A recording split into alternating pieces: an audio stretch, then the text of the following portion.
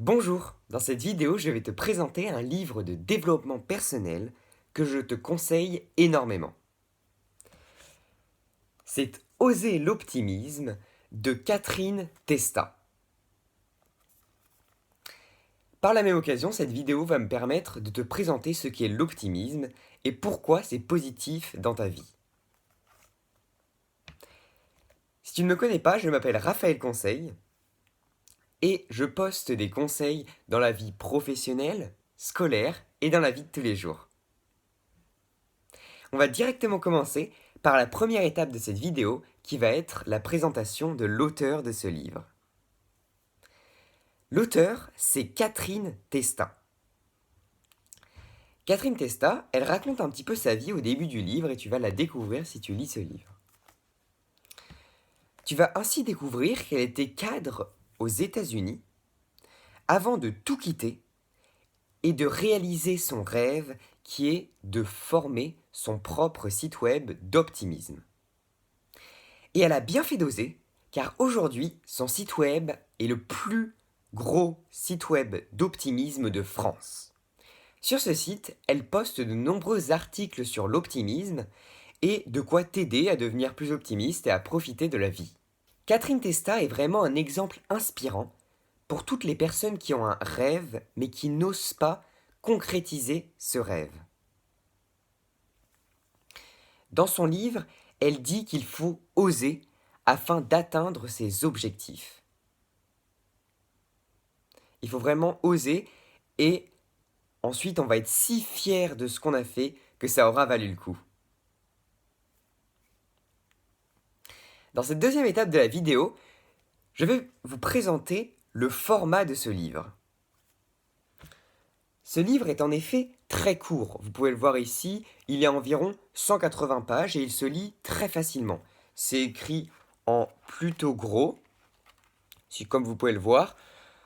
Moi, je l'ai lu en une semaine. Donc, on peut le lire vraiment très facilement dans le train, dans les transports, ou chez nous, à la maison, dans notre lit. Et ouais, ça se lit plutôt facilement.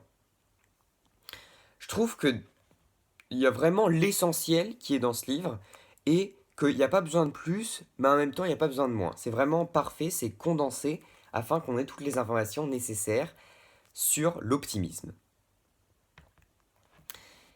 Ensuite, j'aime beaucoup une petite caractéristique de ce livre qui est le fait qu'il y a de nombreuses citations. Je vais par exemple vous en montrer une, juste ici. Vous pouvez voir qu'il y a une citation et que c'est le cas sur plusieurs pages. On en a aussi une ici. Et donc en fait, tout à travers le livre, on va avoir de nombreuses citations qui vont venir détailler ce qu'on a lu autour de ces citations, ce qu'on a lu dans le chapitre où ces citations apparaissent.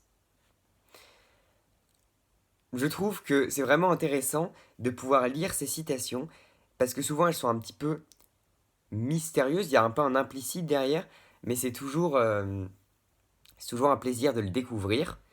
Et en même temps, on se rend compte qu'en fait, en lisant ces citations, l'optimisme, ce n'est pas quelque chose qui est tout jeune, c'est quelque chose de plutôt ancien, et on a des très vieux philosophes qui en parlaient déjà. Maintenant, dans la troisième étape de cette vidéo, je vais m'attaquer au contenu de l'œuvre. Et en particulier au fait que pour moi, ce livre donne une définition, une très bonne définition de ce qu'est l'optimisme. En effet, déjà, dès le début du livre, l'autrice casse les clichés de l'optimisme. Elle commence directement par dire que l'optimisme, ce n'est pas le fait d'être naïf et de voir la vie en rose, d'être toujours quelqu'un de positif, même si un drame vient de se passer. Il faut tout de même rester un petit peu réaliste et il ne faut pas tout voir avec des lunettes roses. Donc, par la suite, elle nous a dit ce que n'est pas l'optimisme, ce que je viens juste de vous expliciter, mais elle donne aussi une définition de l'optimisme. Pour elle, c'est l'idée de croire en un futur meilleur, et en particulier l'idée de croire qu'on peut avoir un impact sur ce futur, qu'on peut avoir un meilleur futur en l'impactant, en agissant. Dans la suite du livre, cette définition, elle s'étoffe. On découvre notamment que pour être optimiste, il faut penser au moment présent. Et je trouve cette idée très importante, car il ne faut pas se focaliser sur le passé, c'est déjà fait, ni sur le futur qu'on ne peut pas prévoir. Il faut vraiment se focaliser dans le moment présent et essayer de rendre le présent le meilleur possible. Ensuite, elle dit également que pour être optimiste, il faut voir la vie du bon côté, voir le positif de nos actions, de nos situations, et qu'il faut être heureux de ce que l'on possède et remercier pour ce que l'on possède. En somme, j'ai vraiment adoré cette définition que je trouve très vraie et que moi-même, dans mon parcours de l'optimisme, dans mon parcours en essayant d'être de plus en plus optimiste, j'ai découvert. Au début, il est vrai que je pensais qu'il fallait être naïf, il fallait tout voir en positif. Et je me suis rendu compte que ça marche pas du tout. Il faut quand même être réaliste à des moments. On peut pleurer à des moments, comme tout le monde, comme tout être humain, mais il faut essayer quand même de voir le positif des situations le plus vite possible, de rebondir. Maintenant, dans cette quatrième partie de la vidéo, je vais vous expliquer comment devenir optimiste et avoir un meilleur futur d'après le livre. Dans le livre, il y a plusieurs super conseils que je vous laisse découvrir. Ils sont éparpillés à travers le livre et je ne vais pas non plus tout vous spoiler. Cependant, je vais quand même vous parler d'un des points qui m'a le plus marqué pour que vous voyez un peu un exemple de conseil et pour que vous voyez que ces conseils sont vraiment ont vraiment un sens et qui sont vraiment intéressants à découvrir. Donc l'un des conseils qui m'a le plus marqué, ça a été au niveau du sport. Elle intitule son chapitre Bouger et c'est vraiment quelque chose qui est pour moi crucial. J'en avais déjà fait une vidéo que tu peux voir dans le petit, je ne sais pas s'il est de ce côté, mais tu peux aller la voir, et je t'explique en quoi c'est important de faire de la course à pied, ou n'importe quel sport. Donc là, dans son livre, elle explique que faire du sport, ça libère des endorphines, et ces endorphines permettent d'être un anti-stress naturel. Par exemple, si tu as un examen, le fait de faire du sport, ça peut te déstresser et donc te mettre dans une bonne ambiance avant l'examen. De plus, le sport, ça permet d'avoir plus confiance en soi. Et en le disant, je me suis dit que j'avais oublié de te le dire dans la vidéo sur la confiance, mais que c'est très vrai. Le sport, ça permet d'avoir plus de confiance en soi parce qu'on dépasse ses limites, on se rend compte qu'on est capable de beaucoup, et quand on gagne des coupes ou des médailles par exemple, eh ben on est très fier. Et vraiment on réalise qu'on a ce talent. Cependant, elle reste réaliste. Et ça, j'aime beaucoup parce qu'elle dit que pour faire du sport, c'est pas aussi simple. Il faut de la motivation et surtout de la régularité. Faire du sport une fois par mois, ce n'est pas efficace. Par contre, faire du sport une fois par semaine ou une fois par jour, ça, c'est très bon. Parce que ainsi, ton esprit, il comprend et il va s'habituer à faire du sport à des périodes régulières. Et donc, tu auras plus de motivation et à un moment, ça deviendra même une habitude.